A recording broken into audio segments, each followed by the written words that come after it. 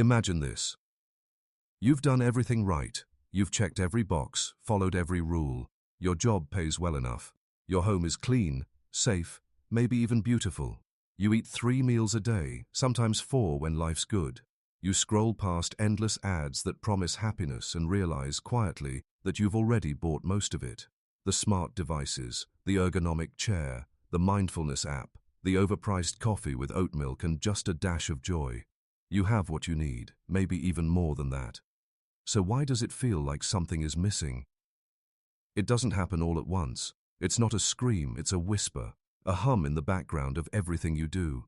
You laugh with friends but feel nothing beneath the smile. You go on vacation but return more tired than when you left. You lie in bed at night, staring at the ceiling, feeling a strange kind of weight, not of burden, but of absence, not sadness, not grief, emptiness, a hollow you can't describe. You start to wonder if maybe it's just you. Maybe you're ungrateful, maybe you need a new hobby, maybe your dopamine is off or your serotonin is fried, maybe you need to find your purpose, as they say, though no one can quite tell you what that actually means. You consume books, podcasts, affirmations, rituals, but none of it sticks. Nothing really changes. And worst of all, you can't even explain the feeling to anyone. Because how do you say, my life is objectively good, and I still feel like I'm fading from the inside out? How do you say, I'm full, but I'm starving?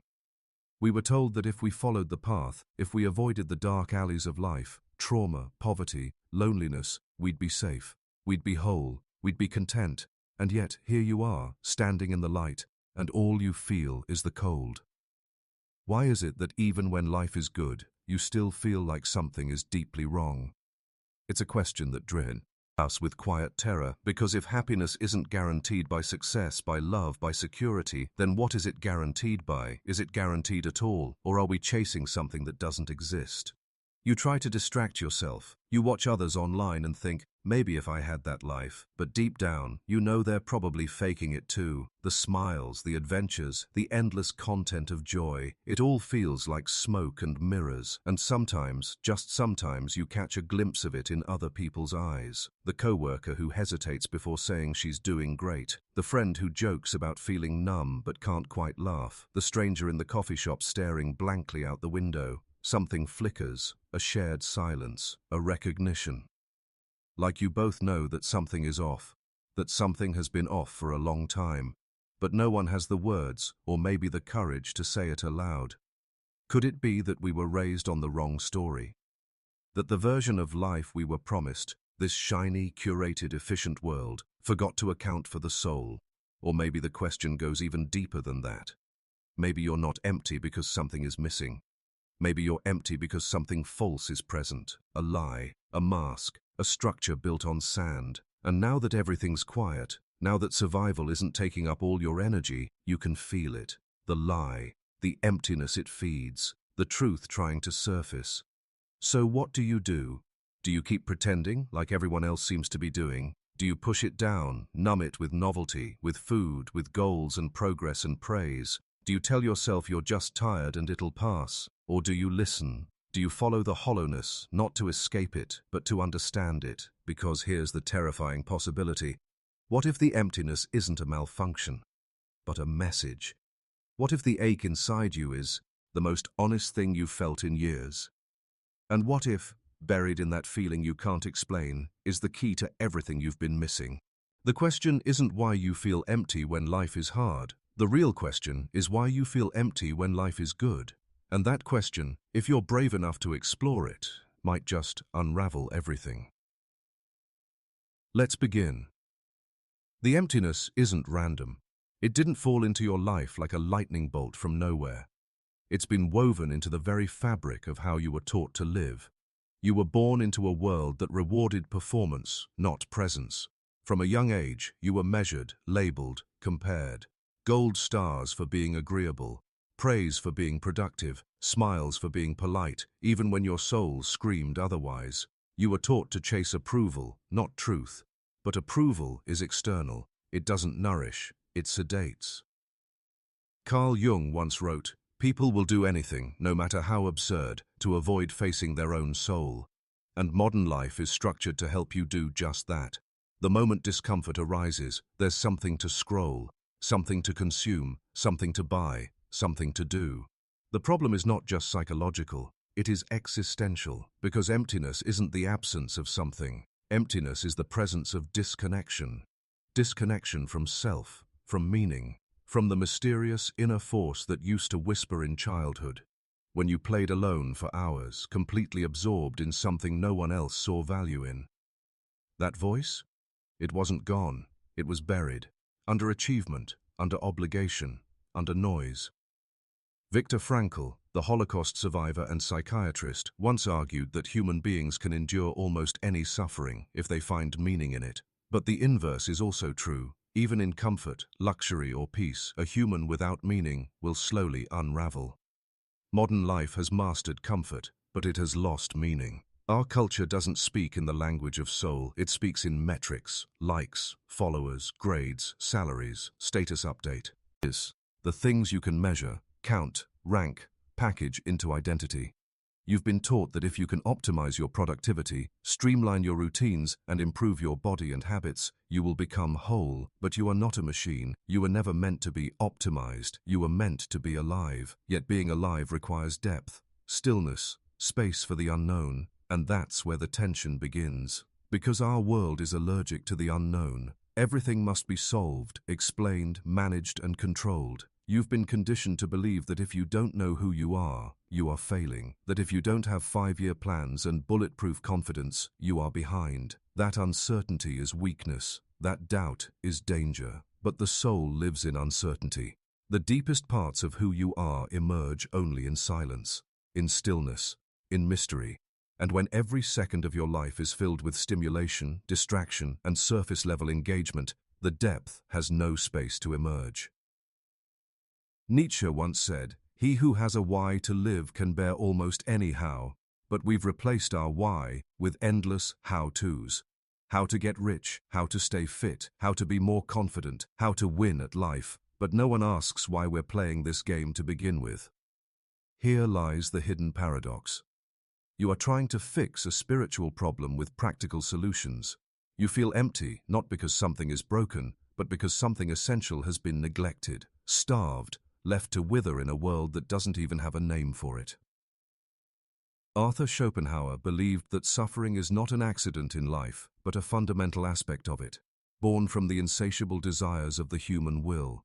The more we chase, the more we want. The more we want, the more we suffer. The moment we attain one goal, the next appears, and so the wheel turns. You may have achieved more than your ancestors could dream of, yet feel more lost than they ever were. Because when you live in a world where your identity is built on performance, possessions, and personas, you slowly lose touch with the authentic self, the one that existed before the world told you who to be. And when you're disconnected from that self, even joy feels hollow. The laughter rings, but doesn't echo. The success arrives, but doesn't satisfy. Something inside remains untouched, unreachable, as if every external achievement gets deposited into a well with no bottom. Jean-Paul Sartre wrote of bad faith, the act of lying to yourself in order to avoid the anxiety of freedom. You create stories, roles, routines, not because they fulfill you, but because they protect you from the terrifying responsibility of being truly free. To be free is to choose, to not know, to search, to risk failure, to face absurdity, to feel deeply. But we've created a culture of avoidance, and the result? A society full of people who appear to be thriving, but secretly feel numb, trapped in lives that look good on the outside, but feel lifeless within. We've created a world so addicted to productivity that we have forgotten how to be. We can build empires from our phones, but can't sit in silence for 5 minutes without feeling restless. So, we run, not from danger, but from depth. We run from the awkward silence after the party, from the question we're afraid to ask ourselves, from the dream that doesn't make sense on a resume, from the pain that might have something to teach us. This is not weakness. This is not failure. This is the natural consequence of a system that rewards the mask and punishes the mirror. But if the system is sick, then perhaps your emptiness is not a flaw. Perhaps it is a sign of your aliveness. Perhaps it is the only thing left untouched by the machine, the final signal that your soul is still trying to speak. Because real fulfillment isn't found in watches. At the world tells you to want. It's found in listening to the part of you the world has tried to silence. That part of you that doesn't care how successful you look, that doesn't measure life in numbers or likes or legacy, that only wants what is real. The question is, will you listen? Or will you keep performing, producing, consuming, hoping that someday the emptiness will go away on its own? The truth is, it won't. Not until you face it. And when you finally do, when you stop running, you may discover that the emptiness wasn't empty at all. It was full of everything you've been ignoring, the real you, waiting. There is a quiet cost to this disconnection. Not a dramatic collapse. Not at first. Not something you can post about or point to in a spreadsheet. The consequences of soul starvation are not loud. They are subtle, and that's what makes them so dangerous. They happen slowly, like water eroding stone. At first, it's just fatigue, a vague sense that you're always tired, even after rest. Then it's boredom. Things that used to light you up now feel flat. Joy becomes a performance. Connection becomes a script. Everything starts to blur. Days, thoughts, goals. You feel like you're living inside someone else's story. Then comes the apathy, the slow death of desire. It's not that you don't care anymore. It's that caring feels exhausting. You scroll, but nothing excites you. You work, but it feels mechanical. You dream, but the dreams no longer stir your blood. It's as if life has become a long hallway of beige rooms. No color, no sound, no scent, just endless, mild comfort. And beneath it, a quiet dread. What if this is all there is? This is the world beneath the surface, a world of people silently wondering why they feel hollow, a world of high-functioning numbness, of soft addictions and smiling despair. We don't talk about it, but it's there, in the overeating, the overworking, the endless content consumption, the obsession with optimization, the compulsive need to be busy. These are not random habits, they are spiritual anesthesia. They are how we cope with the ache of disconnection. Gabor Mate calls it the hungry ghost realm, a state of being where nothing ever feels like enough, because the hunger isn't physical, it's emotional, existential, and modern life feeds it with everything but what it actually craves: authenticity, purpose, stillness, truth. And so the emptiness spreads. It shapes your relationships. You start to feel alone even when surrounded by people. Intimacy becomes difficult. Vulnerability feels unsafe. You talk, but rarely feel heard. You listen, but rarely feel moved. You begin to wonder if anyone actually knows you, or if you've become so good at curating yourself that even you don't know who's behind the mask. It shapes your choices. You pursue goals not because they fulfill you, but because they distract you. You climb ladders you don't believe in, just to avoid stillness. You say yes when you want to say no. You stay silent when something inside you is screaming. You rationalize, you justify, you survive. But you are not here to survive. You are here to feel, to create, to become. And that's what the emptiness steals, bit by bit. Your creativity begins to die, not because you lack talent, but because you no longer trust your own voice. Self-expression feels risky. Art feels indulgent. Play feels pointless. And so you become practical, efficient, logical. You cut off the very part of you that makes life alive. This is what happens when the inner world is abandoned. You begin to live entirely in the external, what others see, what others think. Your self-worth becomes fragile, always needing reinforcement from the outside. One compliment can make your day. One criticism can ruin your week. You start living like a mirror, not a flame. Reflecting, reacting, responding, but never originating. And deep down, something inside you knows it. Something whispers, "This is, and who I really am." But you don't know how to go back, because no one ever taught you how to return to yourself. Instead, you were taught to function, to achieve, to appear well, even when you're crumbling. The consequences don't stop with you. This is a cultural epidemic, a society full of people who feel empty but pretend they don't. People who keep the wheel spinning because slowing down would mean confronting the silence. You see it in how we raise children, not to explore who they are, but to mold them into what we need them to be. You see it in how we treat aging, not as a deepening of wisdom, but as a decline to be resisted. You see it in how we approach mental health, not as a holistic journey, but as a chemical imbalance to be patched and pushed aside so we can get back to work. We treat symptoms, we ignore roots, and the roots are this. We have built a world where everything is fast, efficient, productive, and disconnected. We have outsourced meaning to algorithms. We have turned self-worth into a subscription model. We have confused stimulation for connection. We have mistaken comfort for purpose, and now we are paying the price, in quiet ways, in sleepless nights, in growing anxiety, in unexplained apathy, in crises of identity that don't look like breakdowns, but more like slow dissolves. And yet, there is a strange kind of beauty in this collapse, because when you reach the point where nothing external satisfies, you are finally free to stop looking outward and start looking inward. You begin to realize that the emptiness is not something to be feared, but something to be faced, because on the other side of it lies the truth. Not the truth you were given by society, not the truth you perform for others, but the one that lives underneath it all, the truth you were born with. But before you can reclaim it, you have to let the mask fall. You have to question what you were taught. You have to slow down even when everything screams to keep going. You have to sit in the silence even when it feels like drowning. You have to feel again, even if it hurts. Because only then does the spell begin to break. Only then do you begin to see the cage. And only then can you start planning your escape. It begins, not with a grand declaration, but with a whisper. A moment. A subtle refusal to keep sleepwalking through a life that doesn't feel like yours. Not a breakdown, but a breakaway. From the lies, from the mask, from the constant need to be someone for someone. This is the rebellion. And it doesn't happen in the streets. It happens inside. The first act of rebellion is stillness. You stop running. You stop numbing. You stop trying to optimize away your soul. You sit in the discomfort, the boredom, the rawness. You listen to the ache you've spent your whole life avoiding. It might sound simple. It is anything but. Stillness is violent to the modern mind, because in stillness, all the buried voices rise. The child who was told their feelings were too much. The artist who was shamed for dreaming. The teenager who learned to stay silent to be loved. The adult who spent decades becoming a polished stranger.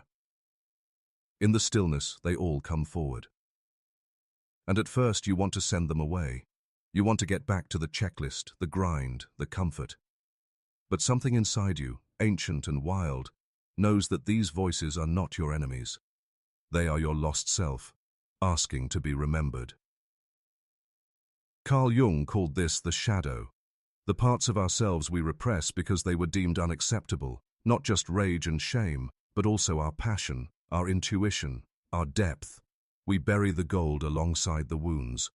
To break free, you must go into the shadow, not to destroy it, but to integrate it, to understate on us, and why it exists, to learn its language, to reclaim what you've lost. This is the work of inner alchemy, turning the lead of your unconscious into the gold of selfhood. You begin to notice how much of your life was driven by fear, fear of rejection, fear of failure, fear of being seen. You see how many choices were made for safety, not truth. And you begin to ask, what would I choose if I wasn't afraid? This is where the rebellion deepens. You start saying no to things that don't align with you, even if they impress others. You start saying yes to things that scare you, but feel real. You stop trying to fix yourself and start trying to find yourself. You leave behind the shallow self-help advice, the productivity hacks, the surface-level affirmations. Not because they're wrong, but because they're insufficient. They tinker with the branches, but you're after the root. You begin to walk a different path, one that can't be measured in milestones or trophies. It might look like quitting a job that slowly kills your soul. Or writing poetry again, even if no one reads it. Or ending a relationship built on comfort instead of connection. Or spending a whole afternoon doing nothing, just to remember what it feels like to exist. You begin to build your life not around achievement, but around alignment. Around what nourishes you. Around what lights you up. Around what brings you back to yourself. And yes, it's terrifying, because this path doesn't come with guarantees. There's no map, no guide, no applause. But for the first time, you're not living for the crowd, you're living for the truth. That is rebellion in its purest form, and it echoes through every choice you make. Jean-Paul Sartre believed that we are condemned to be free, that we are thrown into a world without inherent meaning and forced to create it ourselves. Most people run from this freedom. They hartzen, day in roles, systems, distractions, because the weight of choosing can be unbearable. But what if you leaned into it? What if freedom wasn't a curse, but a gift? The gift to choose differently, to become someone new, to author your life from a place of inner resonance, not outer expectation. This is not the path of least resistance. It is the path of least regret. It's how you stop dying a little each day for a life that looks good on paper, but feels hollow in your bones. And you're not alone. Throughout history, those who broke free often looked like rebels, mystics, madmen. Henry David Thoreau retreating to Walden Pond to live deliberately. Frida Kahlo painting her pain when the world wanted silence. Nietzsche proclaiming the death of God, not as nihilism, but as an invitation to create meaning anew. They all chose truth over comfort, soul over safety. And so can you. You don't have to renounce everything. You don't have to disappear into the mountains. The rebellion doesn't require drama, it requires honesty. With yourself, about what you want, what you need, what you're pretending not to feel, about the parts of your life you've outgrown, the people you keep pleasing, the dreams you've put on pause for someday. Ask yourself, who am I when no one's watching? What would I do if I didn't need to prove anything? What if I let go of everything that wasn't mine? At first, the answers will come in whispers, half-thoughts, goosebumps, a strange peace when you imagine leaving the thing you thought you needed. Trust those moments. They are breadcrumbs. Follow them. And don't expect the world to applaud. In fact, the world may resist. It will call you selfish, naive, irresponsible, dramatic. Because when you choose your soul, you become a mirror, and not everyone is ready to see their own reflection. But those who are will find you. Because rebellion is magnetic. Truth attracts truth. And slowly, a new life begins to take shape. Not perfect. Not polished, but real. A life where you don't wake up dreading the day, where your joy isn't borrowed, where your sadness isn't shameful, where your presence is enough, not because it's useful, but because it's you. And the emptiness, it begins to shift. It doesn't disappear overnight. It doesn't become euphoria, but it softens, it opens, it becomes space for creation, for depth, for the mystery that was once too terrifying to face. And you realize something astonishing. The emptiness was never the enemy. It was the invitation to rebel, to remember, to return. There comes a moment not marked by thunder or revelation, but by silence. A moment when you realize that the thing you've been running from, the emptiness, isn't a void at all. It's a door, and all this time it has been waiting for you to stop trying to fill it and finally step through it. You thought you were broken, you thought something was wrong with you, but the truth is more radical and more liberating. You were never broken, you were just being asked to wake up, to awaken not in the shallow sense of trendy slogans and spiritual cliches, but in the raw, disorienting sense of remembering what it means to exist fully, to live from the inside out. Because the ultimate truth is this: emptiness is the space where the false self dies, and the real self is born. That ache you felt when life was good, that wasn't a malfunction. It was a message, a rebellion from the soul, a sacred protest against a life lived only on the surface.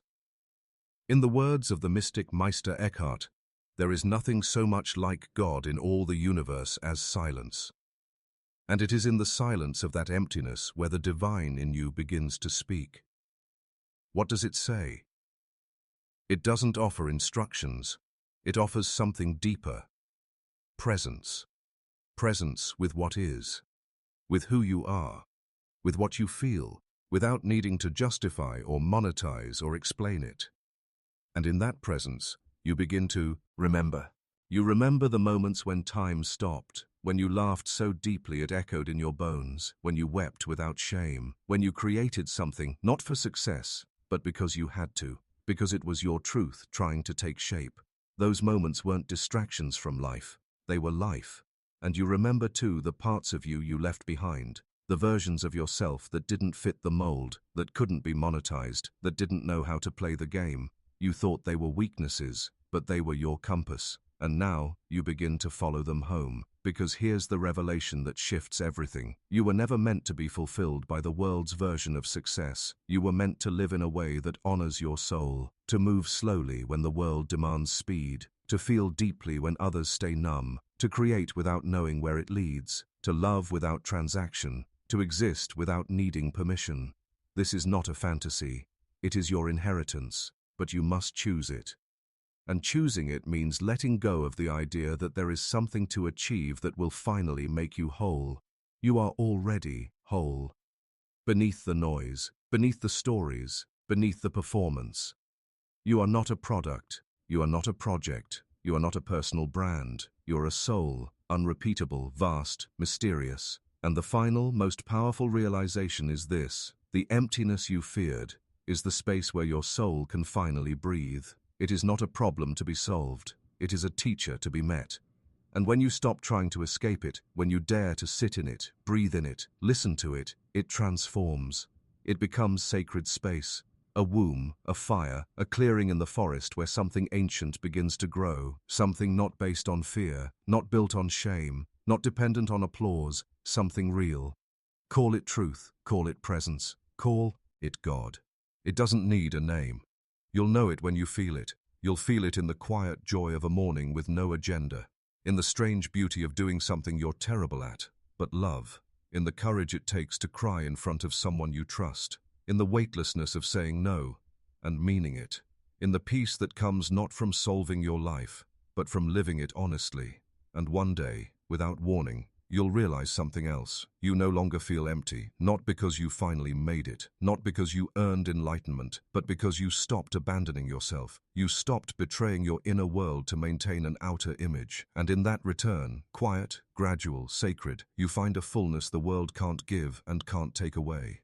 It's not constant. Life will still have its tides, its darkness, its doubt. But the difference is, you're no longer lost in it. You're rooted. Not in who the world told you to be, but in who you are, beneath the armor, beneath the noise, beneath the years of pretending. This is not the end of the journey. It's the beginning of a new one.